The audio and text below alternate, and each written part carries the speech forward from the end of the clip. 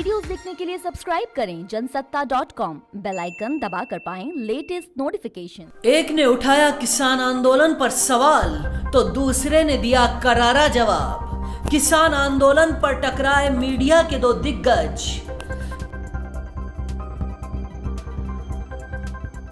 जी news के editor in chief Sudhir Chaudhary ने किसान आंदोलन को आयोजन का नाम दिया है। सुधीर चौधरी का कहना है आंदोलन में किसान पीछे छूट गए हैं और आंदोलन हाईजैक हो चुका है।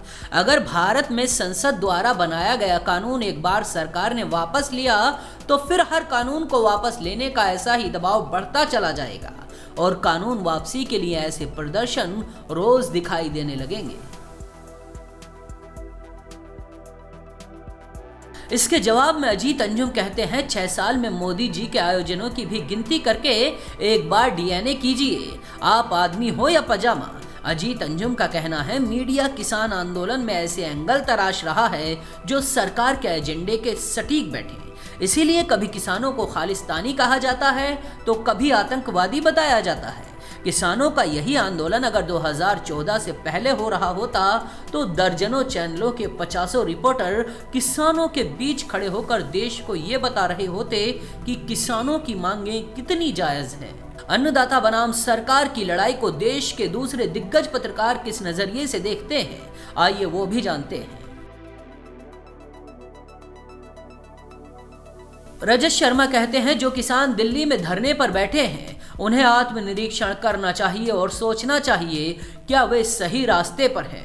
दोहरे मापदंड अपनाने वाले राजनीतिक दल कहीं अपने निहित स्वार्थों के लिए उन्हें गुमराह तो नहीं कर रहे हैं। किसानों को चाहिए कि वो इन कृषि कानूनों को अमल में लाने के लिए कम से कम 1 साल की मोहलत दें और अगर उन्हें इन सुधारों में खामियां नजर आए तो वो फिर से अपनी आवाज उठा सकते हैं। अगर किसान सही रास्ते पर चलेंगे तो उनकी जिंदगी हमेशा के लिए बदल जाएगी।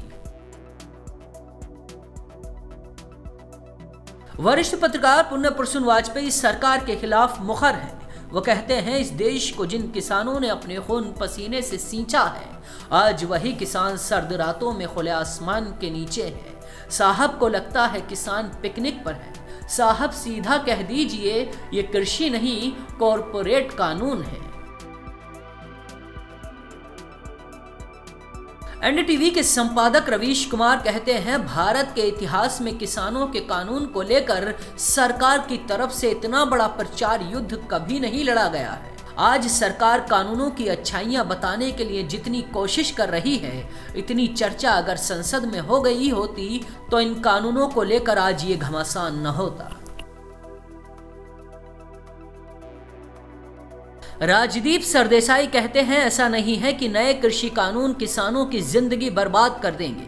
बात सिर्फ इतनी है कि केंद्र का कानूनों को लाने का फैसला एक तरफा है जो धान और गेहूं की फसल की बिक्री और खरीद को अच्छे से स्थापित तंत्र को काफी बदल सकता है, जिससे पंजाब के किसानों का अनिश्चितता को लेकर भड़कना जायज लगता है।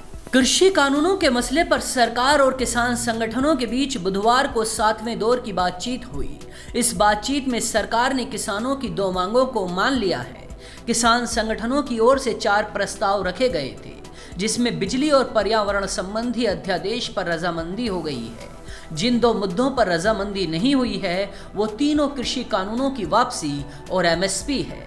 इन दोनों मुद्दों पर 4 जनवरी को फिर से बातचीत होगी। तब तक किसानों का आंदोलन जारी रहेगा। तो ऐसी ही महत्वपूर्ण जानकारियों के लिए देखते रहिए जनसत्ता.com।